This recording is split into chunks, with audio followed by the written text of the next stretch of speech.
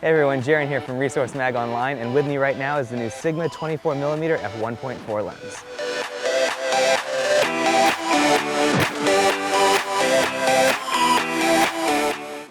So here we are in Las Vegas for WPPI, and Sigma gave us the opportunity to test out the new 24mm f1.4 lens, to which I said emphatically yes.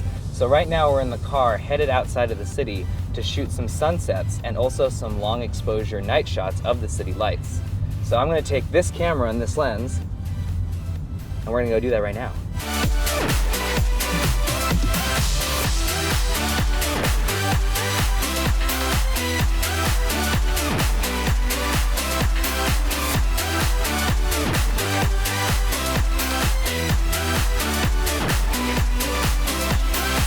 This lens is probably going to be really popular with landscape photographers, aerial photographers, and astrophotographers.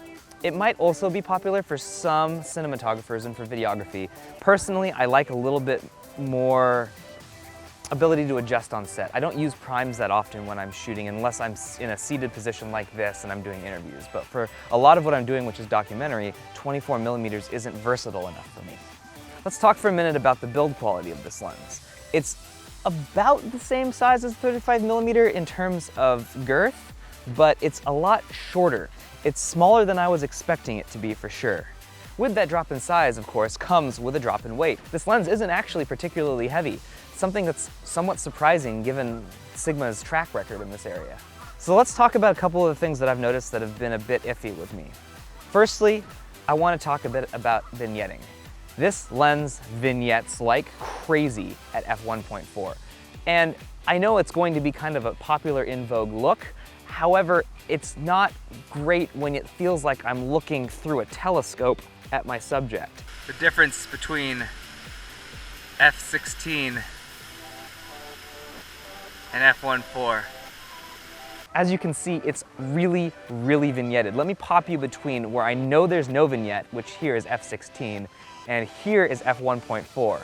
Going back and forth, you can clearly see how much of the photo is obstructed. This isn't what I would call a deal breaker though, for two reasons. One, vignetting is incredibly easy to fix in post these days. The only place I could see this being a major issue is in video work or in time-lapsing, and even then in time-lapsing you can do bulk changes in Lightroom. The other reason why I don't think vignetting is that big of a deal is because it's kind of popular right now, and a lot of people are adding vignette anyway to wide shots. It kind of adds a lot of contrast and oomph, one might say, to your shot, but I just personally like to be able to control that myself if I want to add it. It feels kind of like the gear might be failing me if I have to subtract it.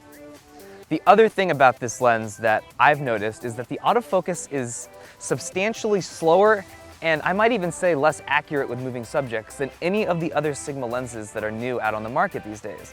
I've heard others say that Sigma's autofocusing system isn't the best, and I would agree it's not the best out there, but I have found no problem with it. I actually have really liked every Sigma lens I've shot with in terms of its responsiveness and accuracy. With a 24mm, this hasn't entirely been the case. It's not as good at picking out shadows and highlights as it'll tend to hunt in those situations. It's also a lot slower. That hunting is as it tries to find that point. It's not the most ideal situation for any lens. But why is it forgivable? Mostly because this lens is so darn wide. Most of the time when you're shooting with this thing, even if you are wide open, the difference in what it's going to perceive as your focusing point from here to there, from over there, isn't particularly very much. It's only going to have to micro adjust because of the width. So only in situations where you're going to have a really close foreground subject and then maybe something else in the background will it ever be an issue, but I don't really see where that comes into play with a lens like this.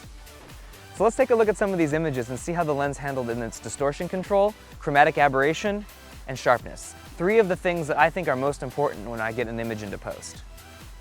When we look at photos taken with the 24mm f1.4 closely, a few things become clear. First, the lens is very sharp, and consistently so throughout the aperture range. The plane of focus looks pretty much identical between f1.4 and f16, a feat that is incredibly impressive. Like the other lenses that came before it, this new addition to the art line shines in this area. When we look at the contrast points, that same consistency is apparent, just not in a positive way. Unfortunately, some chromatic aberration is visible through the aperture range. It's nothing incredibly serious, but it is visible, and it is the first art lens that has this problem consistently. Finally, when we look at distortion, the 24mm does a good job minimizing it, but some barrel distortion is visible when we look at the far edges of the frame. If a subject is kept from extending out past that last eighth of the image, though, the distortion improves significantly. The Sigma 24mm f1.4 might be the first lens in the art line that didn't actually wow me.